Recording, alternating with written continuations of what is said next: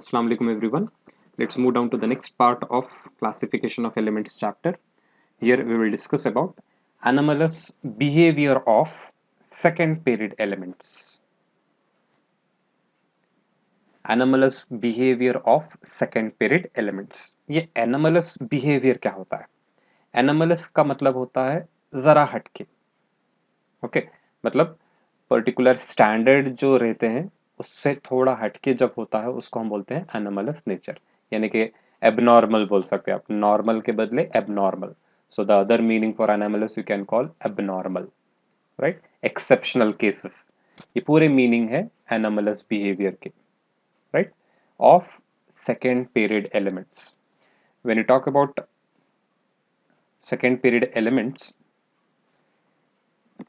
Lithium, beryllium, boron, carbon, nitrogen, oxygen, fluorine, ये अपने अपने फैमिलीज के फर्स्ट मेंबर्स हैं. हर एक ग्रुप का पहला मेंबर है ये, और ये पीरियोडिक टेबल में सेकेंड पीरियड फॉर्म करता है. These elements form second period of periodic table, right.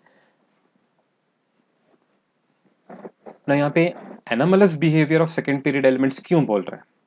अब यूजुअली हम भी देखे हैं अपने अपने फैमिलीज में, जो भी बड़े होते हैं या सबसे छोटे होते हैं, दोनों का थोड़ा कैरेक्टर अलग अलग रहता है. खासकर सबसे जो छोटे रहते हैं उनका थिंकिंग, उनकी सोच जो है, उनके वर्किंग पैटर्न या वर्किंग हैबिट्स, उनका काम करने का ढंग या फिर उनकी सोच टोटली डिफरेंट रहती है. फैमिली मेंबर्स की सोच अलग रहती है, उनकी एक सोच अलग रहती है. जैसे कि पूरे फैमिली मेंबर्स अगर बिजनेस लाइन के हैं, ये एजुकेशनल लाइन में चले जाते हैं लास्ट वाले. पूरे फैमिली मेंबर्स अगर शरीफ ये अच्छे इंसान है तो लास्ट जरा गुंडा टाइप हो जाते हैं, राइट. या फैक्ट है, हमने देखे हैं आखिर हर हर फैमिली में एक ना एक मेंबर, स्पेशली फर्स्ट या फिर लास्ट, ज्यादातर लास्ट वाले छोटे जरा लाड़ प्यार में रहते हैं ना, उसमें इनका नेचर ही अलग रहता है, राइट. थोड़ा हटके उनकी सोच रहती है. ओके, सो यहाँ पे भी वैसे ही है. ये अपने अपने ग्रुप में से तो फर्स्ट मेंबर है, लेकिन अपने अपने फैमिली में ये सबसे स्मॉलेस्ट साइज वाले एलिमेंट्स हैं, right, even though they are the first members of the family, but they are smaller in size. So these elements also, they show dissimilarity with their own family members. Like lithium के नीचे sodium आता है, potassium आता है, तो lithium के कुछ ऐसे फिजिकल और केमिकल प्रॉपर्टीज है जो अपने फैमिली मेंबर से ही मैच नहीं होते हैं. उसी तरह बेरिलियम के नीचे मैग्नीशियम, कैल्शियम, स्ट्रोंशियम आते हैं. ये बेरिलियम के प्रॉपर्टीज अपने फैमिली मेंबर से ही मैच नहीं होते हैं, हालांकि ये सेम ग्रुप है. When we say group, the there will be similarities in physical and chemical properties of elements, लेकिन कुछ ऐसे भी प्रॉपर्टीज आते हैं जिससे ये सेकेंड पीरियड एलिमेंट्स अपने अपने ग्रुप के फैमिली मेंबर से इनके प्रॉपर्टीज मैच नहीं होते हैं. उसको हम बोलते हैं anomalous behaviour, that is dissimilarity in certain properties of first element of a group with the remaining elements of the same group. यानी कि ये एलिमेंट हर एक ग्रुप का फर्स्ट एलिमेंट है, अपने रिमेनिंग फैमिली मेंबर्स अपने सेम ग्रुप ऑफ एलिमेंट्स के साथ इसके प्रॉपर्टीज मैच नहीं होते हैं, राइट. तो क्यों मैच नहीं होते हैं वो यहाँ पे हम पढ़ेंगे, रीजंस देखेंगे. Reasons, first of all small atomic size. ये सेकेंड पीरियड एलिमेंट्स अपने अपने ग्रुप के स्मॉलेस्ट एटॉमिक साइज वाले एलिमेंट्स होते हैं.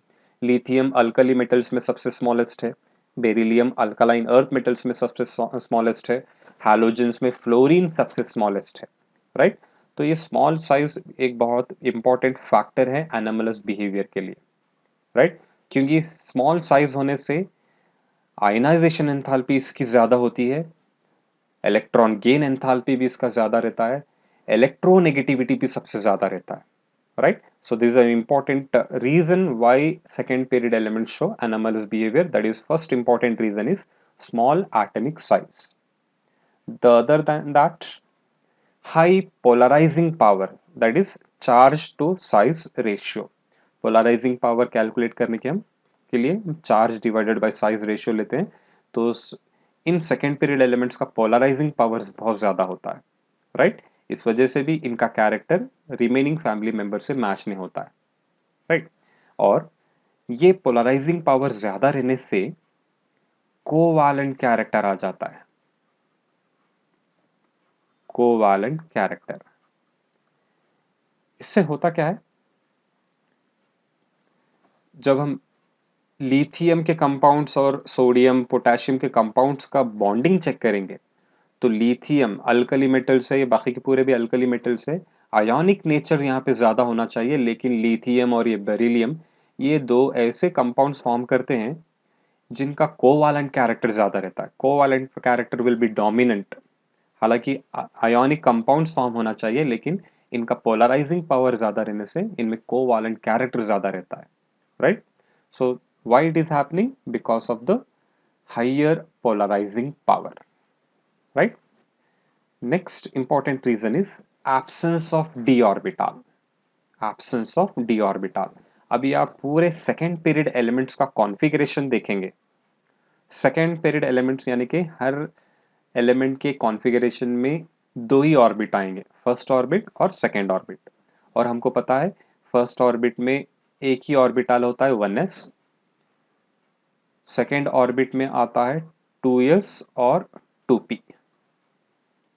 बॉन्डिंग में कभी भी लास्ट ऑर्बिट के इलेक्ट्रॉन्स पार्टिसिपेट करते हैं, राइट। और लास्ट ऑर्बिट में कितने ऑर्बिटल्स हो जाएंगे आपके?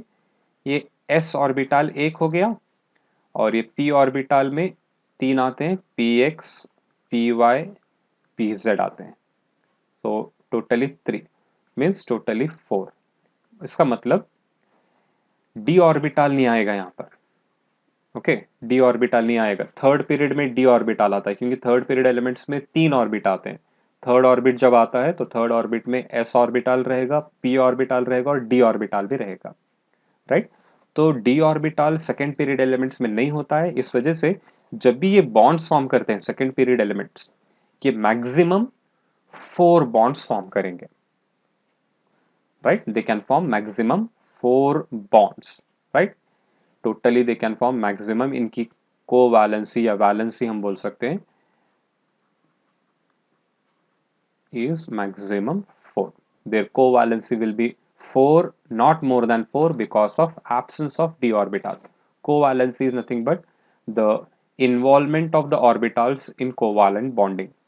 अपने ऑर्बिटल्स को जब ये कोवैलेंट बॉन्डिंग में इन्वॉल्व करते हैं उसको हम कोवैलेंसी बोलेंगे। कितने ऑर्बिटल वो इन्वॉल्व कर सकेंगे?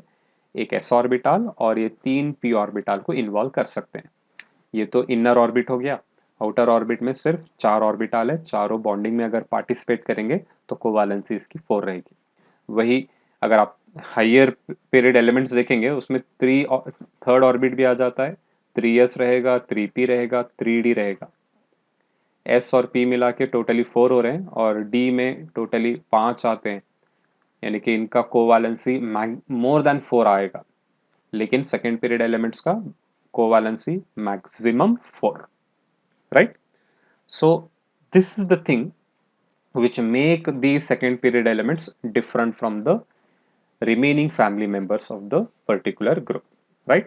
इसके अलावा और reasons है, हाई आयनाइजेशन एंथैल्पी जो साइज के ऊपर डिपेंडेंट है, और हाई इलेक्ट्रोनेगेटिविटी, ओके। तो ये बिहेवियर हर एक का हम इंडिविजुअल ग्रुप्स जब पढ़ेंगे इनका डिस्कशन होगा, और कौन से फिजिकल और chemical properties remaining family members से डिफर होते हैं वो भी डिस्कशन हम रेस्पेक्टिव ब्लॉक्स के चैप्टर्स में हम पढ़ेंगे, राइट। अब जैसे कि लिथियम का एनामलस कैरेक्टर पढ़ना है तो एस ब्लॉक में, बेरिलियम का भी एस ब्लॉक चैप्टर में हम उसके एनामलस कैरेक्टर्स पढ़ेंगे। और रिमेनिंग जो है पी ब्लॉक के एलिमेंट्स आते हैं जैसे कि boron, carbon, that their anomalous characters will be discussed in p block elements chapter. Reason सबके लिए यही कॉमन रहेंगे। एनोमलस बिहेवियर का reason common to all second period elements, लेकिन इनके एनोमलस कैरेक्टर्स क्या है वो हम इंडिविजुअल चैप्टर्स में पढ़ते जाएंगे, okay. So this is nothing but anomalous behavior of second period elements. Why it is happening is because of these following reasons: small atomic size, high polarizing power, absence of d orbital, then other than that high ionization enthalpy and high electronegativity, okay.